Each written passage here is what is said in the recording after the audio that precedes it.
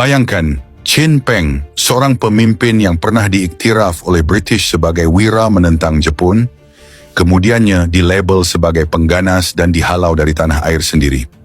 Siapa sebenarnya Chin Peng? Pengkhianat atau pejuang kemerdekaan yang difitnah sejarah? Follow dan tonton sampai habis.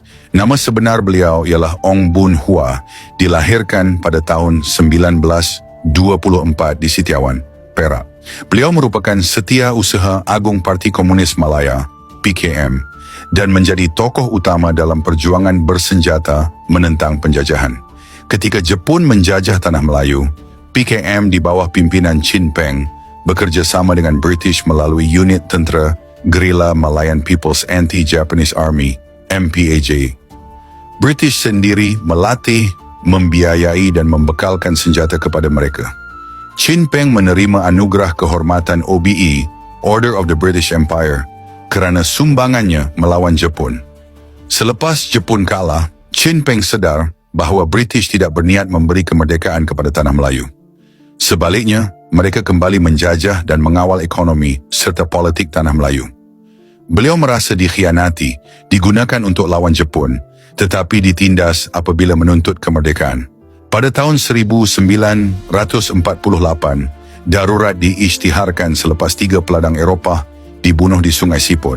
PKM diharamkan, maka tertubuhlah penubuhan dan perjuangan bersenjata oleh Chin Peng melalui Malayan Races Liberation Army, MRLA, telah bermula. Mereka beroperasi di hutan-hutan, menyerang pasukan kolonial, dan menerima tekanan hebat melalui Briggs Plan yang memisahkan penduduk dari pejuang. Chin Peng mengetuai perjuangan ini selama lebih 12 tahun sebelum berundur ke sempadan Thailand, Malaysia. Pada 6 Oktober 1951, Pesuruhjaya tinggi British di Tanah Melayu, iaitu Sir Henry Gurney, telah dibunuh dalam serangan hendap di Bukit Fraser. Walaupun tiada bukti rasmi menunjukkan Chin Peng yang mengarahkan pembunuhan itu, ramai menyandarkan tanggungjawab kepada PKM di bawah pimpinannya. Namun, adakah anda tahu siapa sebenarnya Sir Henry Gurney? Ini sangat menarik. Mari kita sama-sama telusuri. Sebelum ke Tanah Melayu, Sir Henry Gurney pernah terlibat dalam pentadbiran British di Palestin ketika mandat British membantu pembentukan pertama negara haram Israel. Sir Henry Gurney terlibat secara langsung dalam menyusun sistem kawalan dan penindasan terhadap rakyat Palestin. Oleh itu, pengkhianat seperti Sir Henry Gurney yang terlibat dalam pembentukan negara haram Israel memang layak dihapuskan sebagai pengganti jutaan nyawa warga Palestin yang telah terbunuh.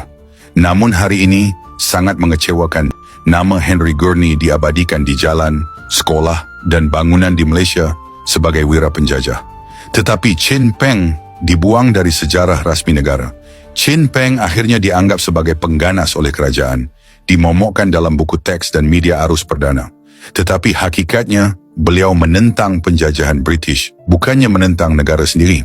Ramai rakyat tidak tahu bahawa perjuangannya juga menolak projek penjajahan seperti Israel dan menuntut kemerdekaan yang tulen, bukan yang diserahkan British kepada elit pilihan mereka di Tanah Melayu. Bagaimana menurut anda? Adakah Chin Peng seorang pengkhianat atau pejuang sebenar yang mengusir penjajah? Adakah kita sudah tertipu oleh naratif sejarah ciptaan penjajah? Anda yang menilai sendiri. Demikianlah dokumentari pendek mengenai Chin Peng dan siapakah Sir Henry Gurney yang pernah terlibat secara langsung dalam pembentukan negara haram Israel. Jangan lupa like jika anda percaya sejarah perlu ditulis semula. Komen pandangan anda, adakah beliau pengganas atau wira? Share untuk buka mata rakyat Malaysia yang lain. Dan jangan lupa follow Dance Technique untuk lebih banyak konten seperti ini. Sekian, terima kasih. Sampai jumpa lagi.